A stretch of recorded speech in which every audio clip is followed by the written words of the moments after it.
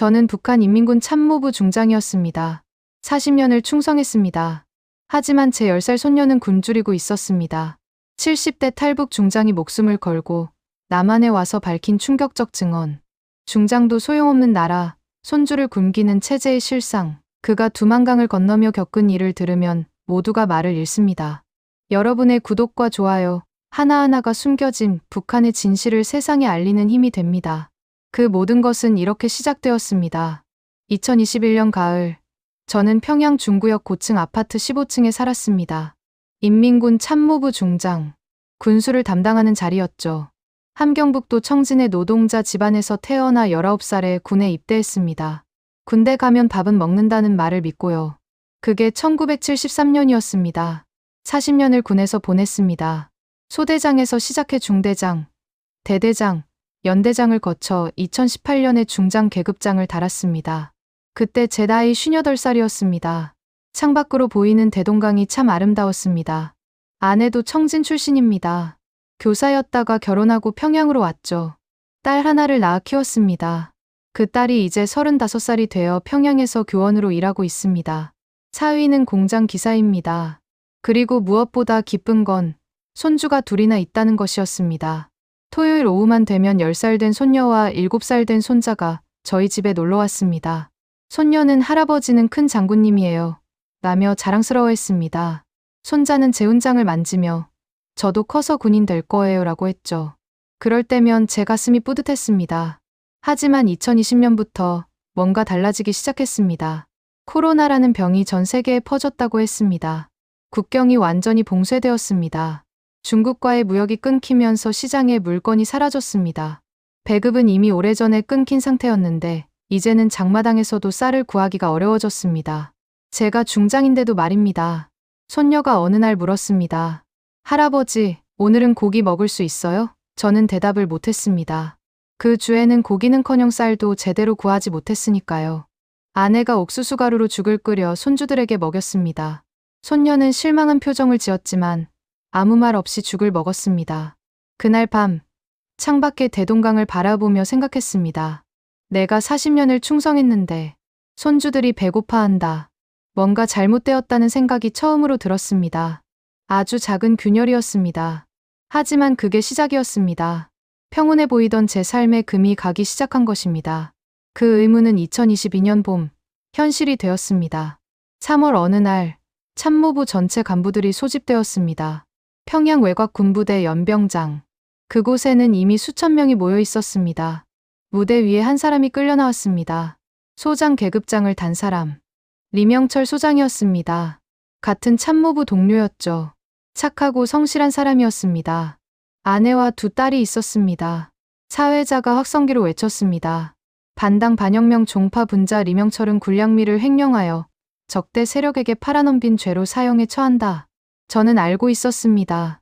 리명철 소장이 한 일을. 그는 작년 겨울 함경북도 고향 마을에서 아사자가 속출하자 부대 창고 쌀 몇 가마를 보냈던 것뿐이었습니다. 굶어 죽는 사람들을 살리려고요. 총소리가 울렸습니다.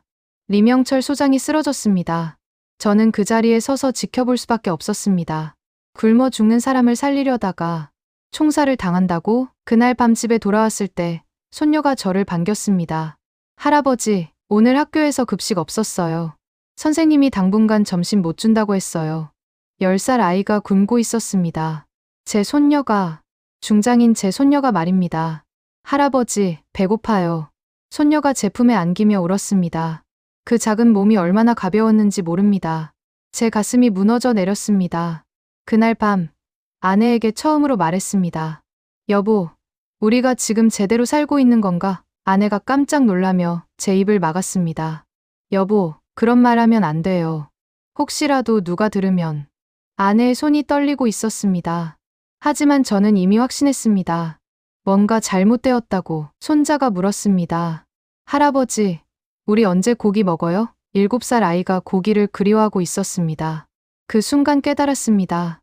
이 아이들을 이대로 두면 안 되겠다고. 제가 평생 충성했던 이 체제가 제가 사랑하는 손주들을 굶기고 있다고. 리명철 소장처럼 착한 사람이 총살당하는 나라라고. 평생 처음으로 체제를 의심했습니다. 아니, 확신했습니다.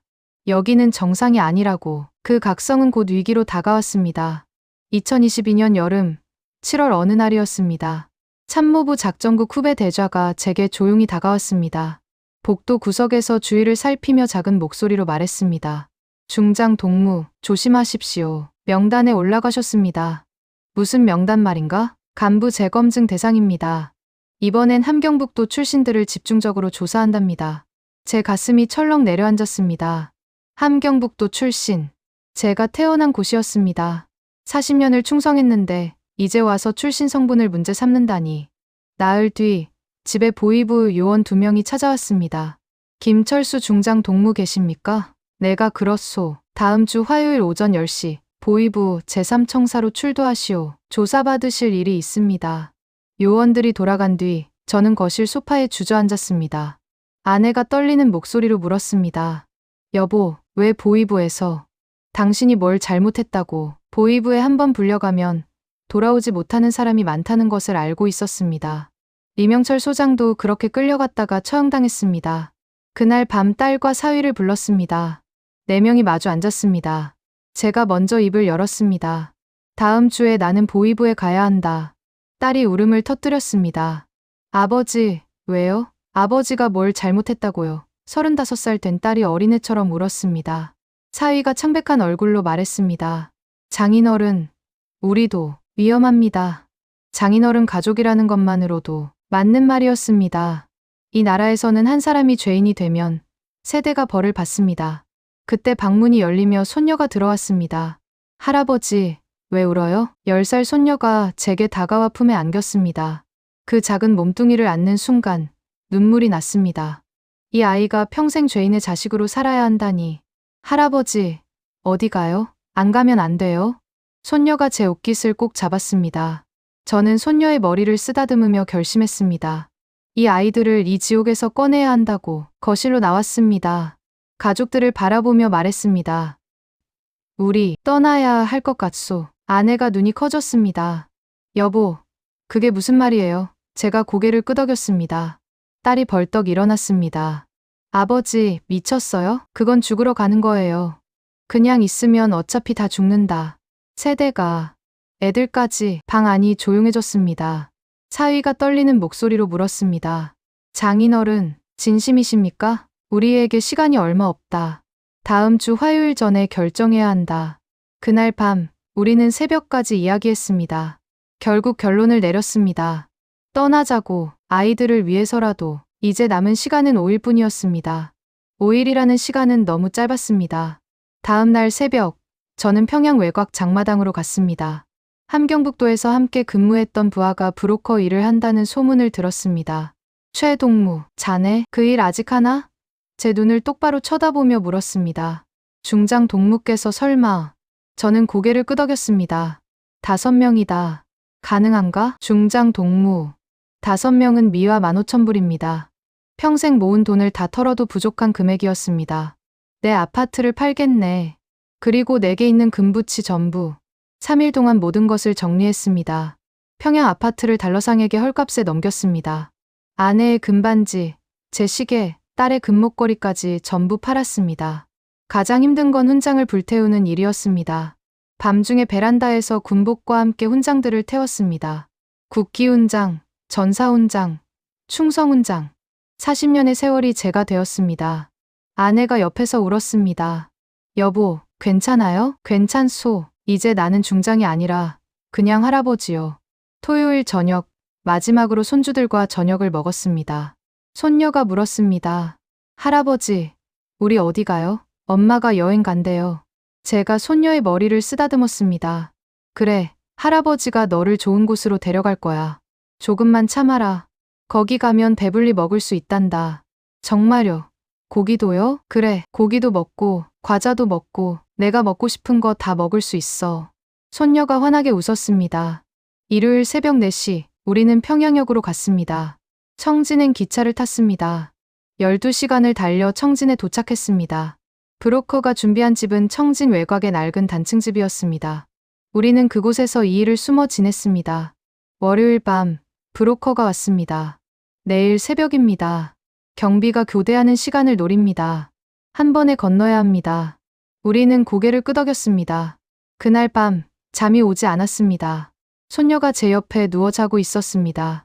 작은 손을 꼭 쥐고 있었습니다. 따뜻했습니다. 손녀야, 할아버지가 너를 꼭 지켜줄게. 약속한다. 창밖으로 달빛이 들어왔습니다. 내일이면 우리는 두만강을 건넙니다. 살기 위해서, 자유를 위해서. 하지만 그때는 몰랐습니다. 그 강이 우리에게서 무엇을 앗아갈지. 2022년 9월 27일 새벽 3시, 운명의 시간이 왔습니다. 브로커가 지금입니다. 빨리 가시죠라고 속삭였습니다. 우리는 어둠 속을 걸었습니다. 손녀가 제 손을 꼭 잡았습니다. 할아버지, 무서워요. 괜찮아. 할아버지가 있잖아. 손 꼭 잡고 있어라. 네, 할아버지, 손 놓지 마세요. 그래, 할아버지가 너 꼭 잡고 있을게. 두만강이 보였습니다. 달빛에 반짝이는 검은 물결이었습니다. 브로커가 말했습니다. 여기서 저쪽까지 약 50m입니다. 소리 내지 마시고 천천히 건너세요. 아내가 먼저 들어갔습니다. 딸이 그 뒤를 따랐습니다. 사위가 손자를 업고 세 번째로 들어갔습니다. 제가 손녀 손을 잡고 맨 마지막이었습니다. 물이 차갑습니다. 9월 말의 강물은 얼음처럼 차가웠습니다. 손녀가 할아버지, 추워요 라고 작게 말했습니다. 조금만 참아라. 곧 건너간다. 한 걸음씩 나아갔습니다. 물이 무릎까지, 허벅지까지, 허리까지 올라왔습니다. 손녀는 거의 목까지 물에 잠겼습니다. 저는 손녀의 손을 더욱 꼭 잡았습니다. 강 중간쯤 왔을 때였습니다. 갑자기 북한 쪽에서 탐조등 불빛이 켜졌습니다. 거기서 탕, 탕, 총소리가 울렸습니다. 우리는 모두 물속에 몸을 숨겼습니다. 앞에서 사위가 빨리, 빨리 가요 외쳤습니다. 우리는 급히 움직였습니다. 물살이 거세졌습니다. 그 순간이었습니다. 손녀의 손이 제 손에서 미끄러졌습니다. 할아버지, 손녀의 비명소리가 들렸습니다. 저는 황급히 손을 뻗었습니다. 안 돼, 손녀야. 하지만 어둠 속에서 아무것도 보이지 않았습니다. 할아버지, 살려주세요. 손녀의 목소리가 점점 멀어졌습니다. 저는 소리치며 물속을 더듬었습니다. 우리 손녀, 어디 있니? 중국 쪽 강변에서 브로커가 외쳤습니다. 빨리 건너와요. 경비대가 오고 있어요. 다 죽습니다. 저는 뒤돌아서려 했습니다. 손녀를 찾으러 가려고. 하지만 사위가 제 팔을 붙잡았습니다. 장인어른, 안 됩니다. 우리도 죽어요. 노아, 내 손녀가 저기 있어. 장인어른, 이미 늦었어요. 북한 쪽에서 탐조등이 우리를 비추기 시작했습니다. 사위와 딸이 저를 끌었습니다. 저는 계속 뒤를 돌아보며 소리쳤습니다. 손녀야, 할아버지가 간다. 하지만 대답이 없었습니다. 어둠과 물소리만 있었습니다. 결국 우리는 중국 쪽 강변에 도착했습니다. 4명만. 손녀 없이 저는 강변에 주저앉았습니다. 젖은 몸으로 북쪽을 바라봤습니다. 미안하다. 우리 손녀야. 할아버지가 손을 놓쳤다.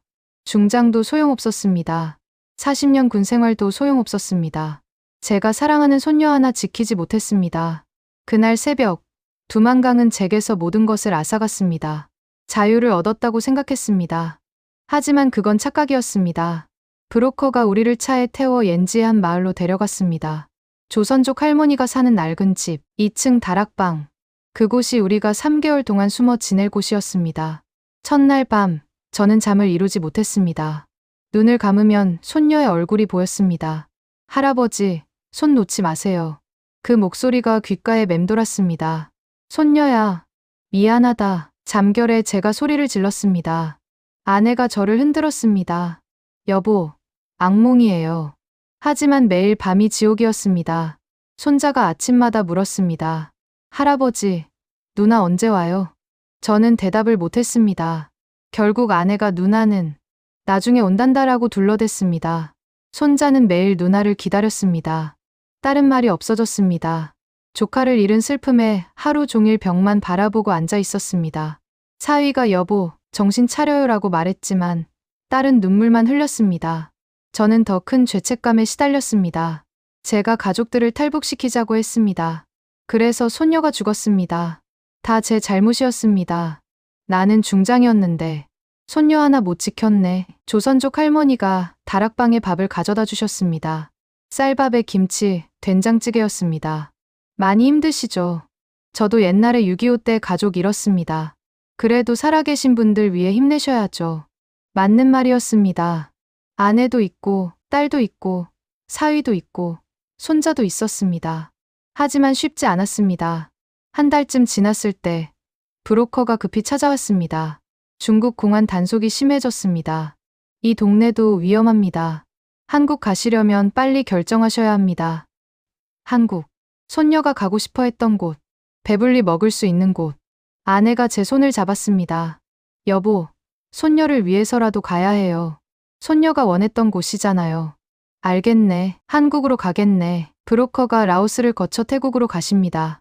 한 달 정도 걸립니다. 라고 설명했습니다. 떠나기 전날 밤, 저는 다락방 창문을 열었습니다. 북쪽 하늘에 별이 떠 있었습니다.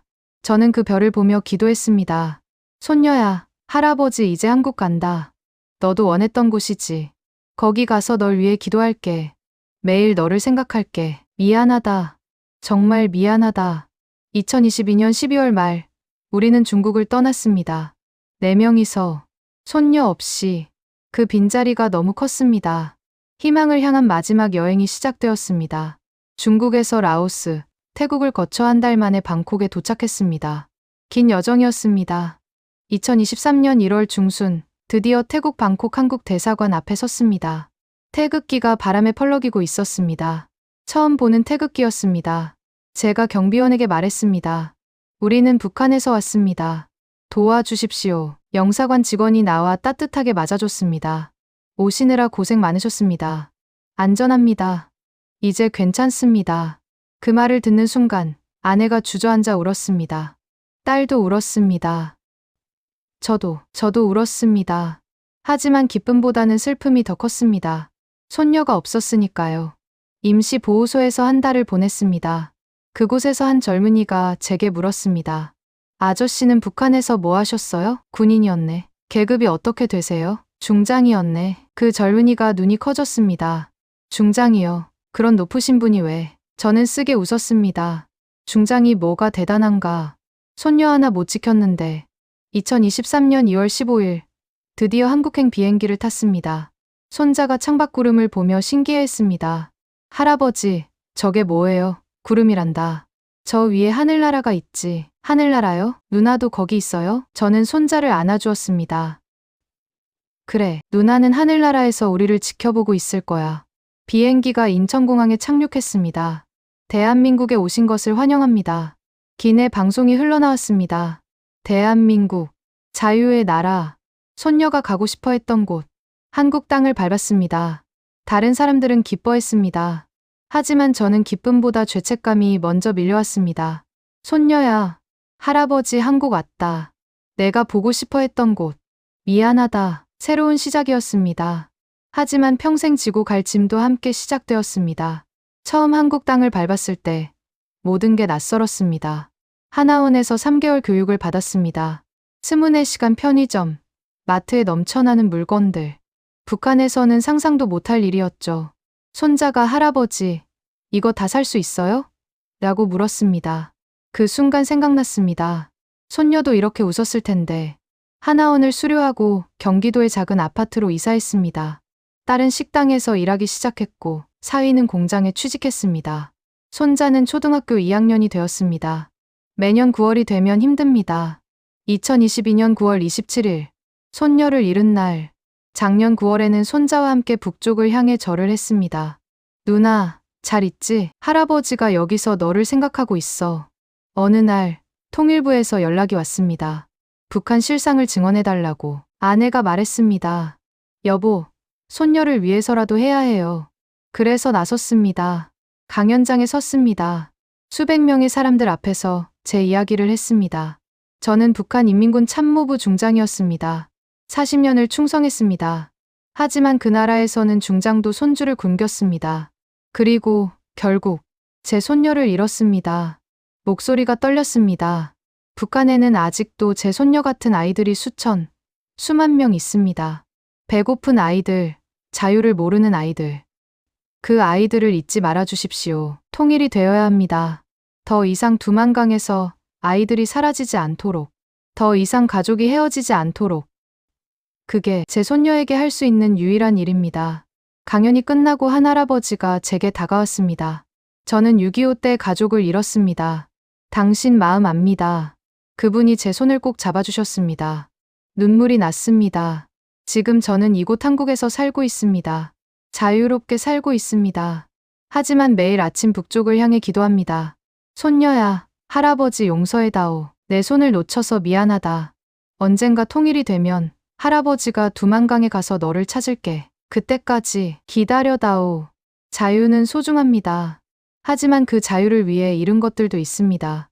저는 평생 그것을 기억하며 살 것입니다.